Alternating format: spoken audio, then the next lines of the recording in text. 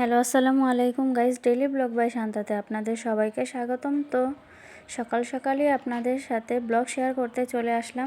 সকালবেলা ঘুম থেকে উঠেই সবার আগে এই পিঠাগুলো বানালাম, কারণ আজকে অনেক রোদ দিয়েছে। ভাবলাম যে কয়টা পিঠা বানিয়ে ফেলি। এই পিঠাগুলো ইফতারিতে খেতে অনেক ভালো লাগে, কারণ সারাদিন রোজা রাখার পর একটু ভিন্ন ধরনের খাবার হলে খেতে ভালো লাগে। এই পিঠাগুলো আমি আতপ চাউল দিয়েই করেছি। এই পিঠাটা বানানো অনেক কষ্ট হলেও খেতে অনেক সুস্বাদু। তারপর পিঠাগুলোকে রোদে দিয়ে শাশুড়ি আম্মুকে নিয়ে একটু বাইরে হাঁটতে যাই, কারণ এত সময় বসে এই পিঠাগুলো বানিয়ে খুব ক্লান্ত লাগছিল। তাই ভাবলাম একটু হেঁটে আসি। তারপর আম্মুকে নিয়ে নিচে গিয়ে একটা বাগানের মধ্যে গিয়ে ঘুরে আসি। তো এখানে ছোট একটা বাচ্চা মেয়ে চড়ুই ভাতি খেলছিল। তাকে জিজ্ঞাসা করলাম যে আমরা কি খেতে পারবো? তো সে হাসলো, একটু লজ্জাও পাচ্ছিল। তো তাকে দেখে ছোটোবেলার কথা মনে পড়ে গেল। একসময় তো আমরাও এইভাবে খেলতাম। তো সে ওইখানে খেলছিল।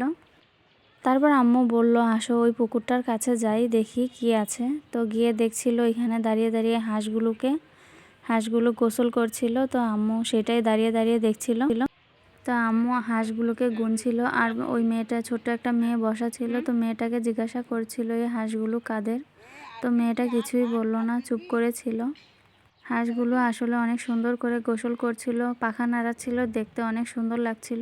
আমরা যে বাগানটাতে ঘুরতে এসেছি, এই বাগানটা আমাদের বাসা বরাবরই ছিল। তো আমরা যে বিল্ডিংয়ে থাকি, এই বিল্ডিংয়ে ওই পাশেই ছিল, আর মাঝে ছিল রাস্তা। তো আম্মু বললো আর কি ঘুরতে আসার জন্য। তো আম্মুকে নিয়ে ঘুরতে আসলাম। তো আমার শাশুড়ি আম্মু অনেক সুন্দর করে ঘুরছিল। এখানে খোলামেলা পেয়ে তার অনেক ভালো লাগছিল, কারণ সারাক্ষণ দোতলার মধ্যে বসে থাকা একটা কষ্টকর ব্যাপারই। তো ছাদে হাঁটলেও দেখা যায় এতখানি জায়গা নেই, অল্প জায়গায়। তো আম্মু এখানে লোকজন দেখছিল, হাঁটছিল, আম্মুর কাছে খুব আনন্দ লাগছিল। আম্মুকে বলছিলাম চলেন চলে যাই। তো আম্মু বলছিল আর একটু সময় থাকো, একটু হাঁটি, লোকজন দেখলে ভালো লাগে, সর্বক্ষণ এই উপরে বসে থাকতে আমার ভালো লাগছে না। আমার শাশুড়ি আম্মু এসেছে 1 সপ্তাহ হয়েছে। 1 সপ্তাহের মধ্যে মাত্র 2 দিন নিচে নামিয়েছি।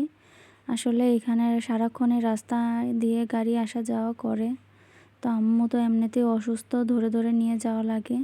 তো রমজানও চলে এসেছে, যে আমারও কাজের চাপ অনেক ঘরে। তো এই কারণে আর কি নিচে হাঁটাও হয় না। আর রমজান না হলে তো বিকেলের দিকে নিয়ে আসতাম হাঁটার জন্য। তো দেখেন হাঁসগুলোকে কতটা সুন্দর দেখাচ্ছে, গোসল করছে, যে কি সুন্দর সাঁতরাচ্ছে, দেখতে ভালো লাগে। আল্লাহর সৃষ্টি সব জিনিসই সুন্দর। আল্লাহ কত কিছু পরিকল্পনা করে তৈরি করেছেন। যেদিকে তাকাই, আসলে পরিবেশের দিকে তাকালে মনে হয় যে কত সুন্দর, যা সৌন্দর্য শেষ হবার নয়। যত দেখি ততই মুগ্ধ হয়ে যায়। বাগানটার মধ্যে পাতা পড়ে একেবারে বিছিয়ে আছে, বসন্তকাল, সেই জন্য আসলে এইভাবে পাতা পড়ছে। আর এই বাগানে গেলে এত পরিমাণে বাতাস যে গেলে আসতে ইচ্ছে করে না, এতটাই ঠান্ডা বাতাস। গাছপালা বেশি থাকাতে বাতাসের পরিমাণটাও বেশি। খুব ভালো লাগে, এখানে গেলে আসতে ইচ্ছে করে না। শাশুড়ি আম্মু আসার আগে আসলে আমার এখানে একবারও আসা হয়নি। আম্মু আসা উপলক্ষে আম্মুকে নিয়ে আর কি আমার আসা। তো এখানে আমি যখন যাই দেখতে আমার এতটাই ভালো লাগছিল। আমি তো কখনো আসিনি। এই আম্মুকে নিয়ে আমার 2 বার আসা, আমার কাছে ভালোই লাগে। তো এতদিন জানালা দিয়ে দেখতাম এই বাগানটাকে। তো সামনাসামনি দেখে আমার অনেক ভালো লাগছে। আম্মু শুধু বারবার পুকুরের দিকে যাচ্ছিল, বারবার শুধু। তো ডাকলেও বলছিল দাঁড়াই, এখানে গাছটার কাছে দাঁড়াই, একটু দাঁড়িয়ে দাঁড়িয়ে দেখি, ভালো লাগে।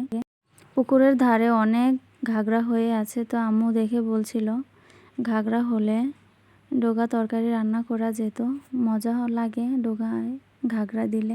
তারপর কিছু সময় ঘুরে বাসায় চলে আসি। তো আমরা আসার কিছু সময় পরই দেখি আমাদের খালা আসে।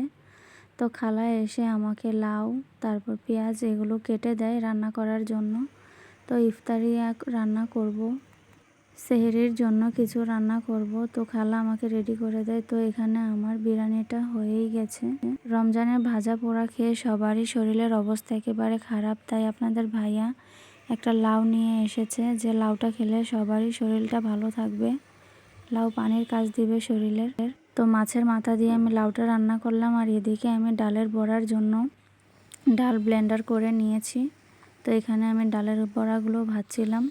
ইফতারিতে ছোলা, ডালের বড়া এগুলো না থাকলে মনে হয় যে রমজানই মনে হয় না। তো এই তো লাউটা আমি বসিয়ে দিয়েছিলাম, দেখেন আমার লাউয়ের কালারটা কতটা সুন্দর দেখাচ্ছে।